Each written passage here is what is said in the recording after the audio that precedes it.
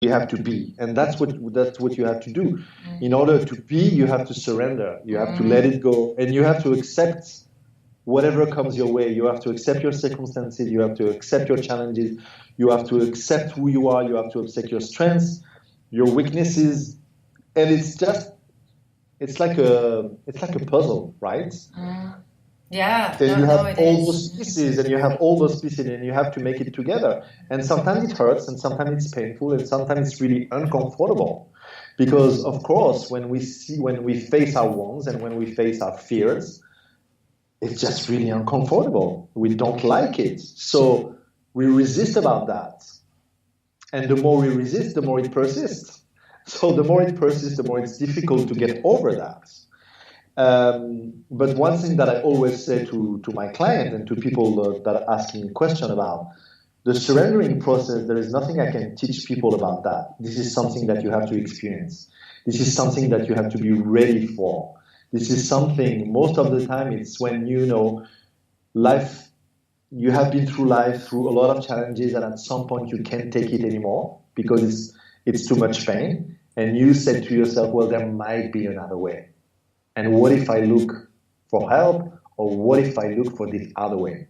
And then this is the point where you're ready to really surrender. And then you just have to experience that.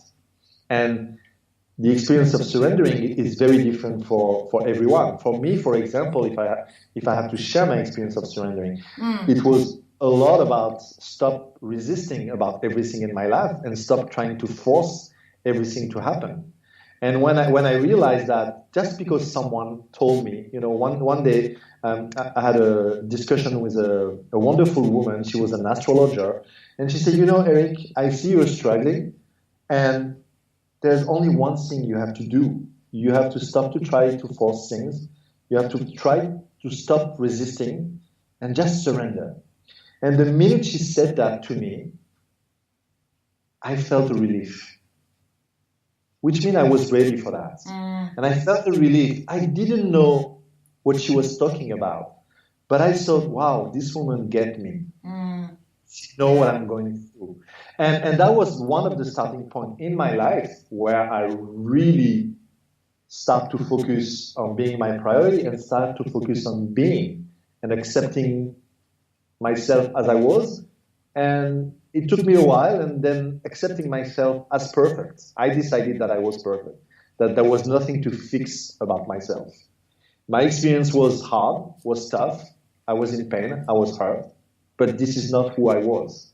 It was just my triggers, nothing else. So a very different experience from me, but a very, very similar as well. I think a lot of, or all of us, try and avoid that pain, and that's what we're trying to avoid. We're trying to fix everything in our lives without facing that pain, without going inside of us. And so, that's what we all need to go through. And I think that really helps to be with someone who understands. Like the first thing you said there, one of the things you said there, was the fact that this woman got you. This woman got you. So immediately you're not alone. You are not alone. Exactly. You reconnect. You reconnect somehow with a part of yourself that you've forgotten about. Yeah. Yeah, it is. And I think, I guess you and I came from a place where there was kind of a crisis for me. I had to, wake up and do something about it because I was put in kind of a crisis situation. And many people are, whether it's a divorce, whether it's, a bankruptcy, whether it's, somebody walking out of your life, whether it's a relationship with your mother, which it was with me. We quite often do come to this place from a crisis, but not necessarily. I mean, I'm trying to really help people now before they get to a crisis, because it's like a train waiting to crash. And, I spent 35 years trying to fix the outside world in my life. And it was such a wake-up call to me that, this stuff is not working.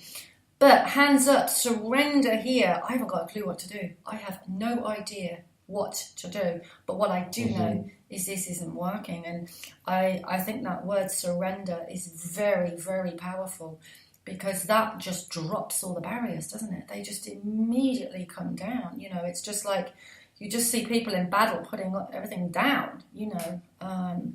I think that is so powerful, don't you, Eric? No, absolutely. And the beautiful thing with the surrendering, it's a never-ending process, because totally. you surrender, and at some point you realize, wow, I can surrender more, and I have to surrender more. So sometimes people, they try to surrender, they try to let go, and they come back and they tell me, but you know, it's still not working. So I tell them, okay, so maybe it's time to surrender more. And it's really an ongoing process. You have to be okay with that. And when you accept that, you see things from a different perspective, and then you have an immediate answer from the universe. Immediate answer. The minute you drop your guard, the minute you're okay to be vulnerable, the universe will send you some good things to your life, and that's what happened to me. Really, I was amazed. Suddenly, when I decided not to force anything, everything was coming my way in an unexpected way. You know, at that time, I remember I arrived in Canada because I left France to live in Canada, and I was looking for a job, and I had like almost no money, like really. I didn't know how to pay my bills, right? And suddenly, when I decided to really surrender and say, you know, universe, I can't take it anymore, just show me the way. Somehow I did that. It was like I was down on my knee. And then unexpectedly, 2 days later, I received a call from someone who saw an advertising of me from 6 months ago. What is the odd of that happening? And the guy hired me for a few days, and I can pay all my bills. Beautiful. And so on and so on. So also when you're willing to do the work, and when you really do that, the universe responds to you. There is an immediate response saying, "We have your back. We're here for you, and just do whatever you have to do, and things will be better." Yeah, so it's you know, in this way, it's beautiful. Absolutely beautiful. Thank you for sharing that, because that's exactly it. And as you say, it's we're still on the journey. You know, you and I are still on our journeys. We're still surrendering. We're still facing challenges. We're still, Absolutely. you know, seeking from the universe. We're still connecting. You never arrive anywhere. So, you know, when we arrive, we're actually ready to leave Earth, really. I believe, but that's another topic. But thank you for sharing that, Eric, because that is and there are no coincidences. You know, some people would say that's a coincidence that happened, but there are no. And then it becomes too frequent and it becomes very clear, doesn't it? This is how it works.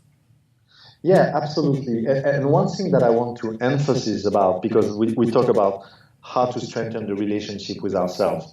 So there is also something that you can start to do is accepting yourself as you are. And when really you do that, you stop judging yourself, you stop being harsh on yourself, and you believe you do your best.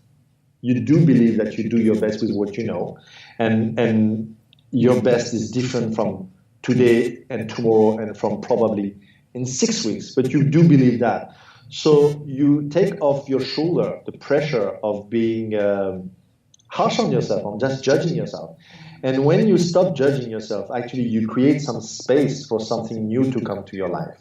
So you start believing all the past stories, all the assumptions that you made in the past about what you think you are.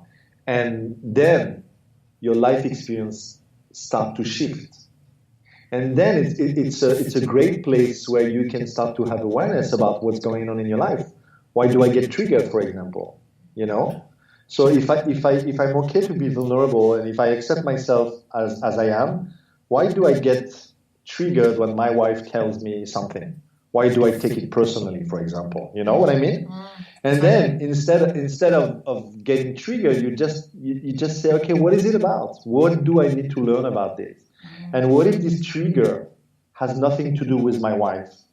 And what if this trigger comes from my past wounds, my emotional imprints from my childhood? So then, if this is the case, I can take responsibility for my life. I can take responsibility for how I feel. and how I feel will create my life experience. So then this is really when you strengthen the relationship with yourself. Because it's when you decide to be responsible for your happiness and being responsible for how you feel. So, for example, Louise, if you say something and I get upset with you, with whatever you say, I do take responsibility for how I feel. It's not what you said that make me upset. It's what you said trigger a wound that I already have.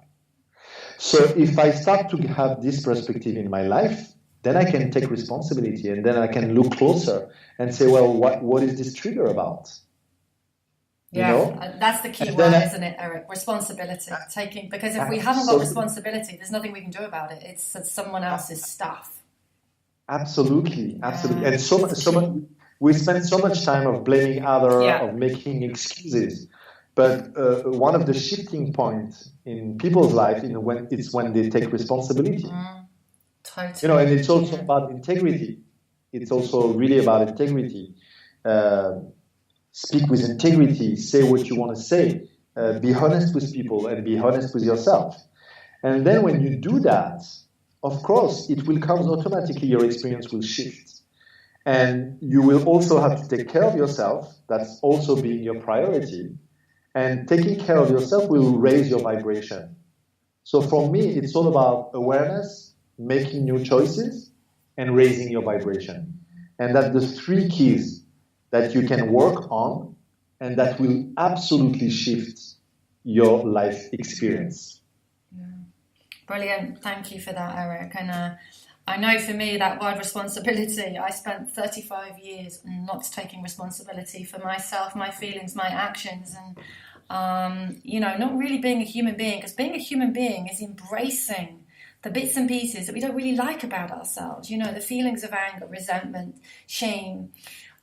It's embracing those feelings, because that is being human. It is human to feel sad and anger. It's not all, being a human being is not about just being joyful and happy, is it? Absolutely, but that is the opposite that what we learn when we grow up.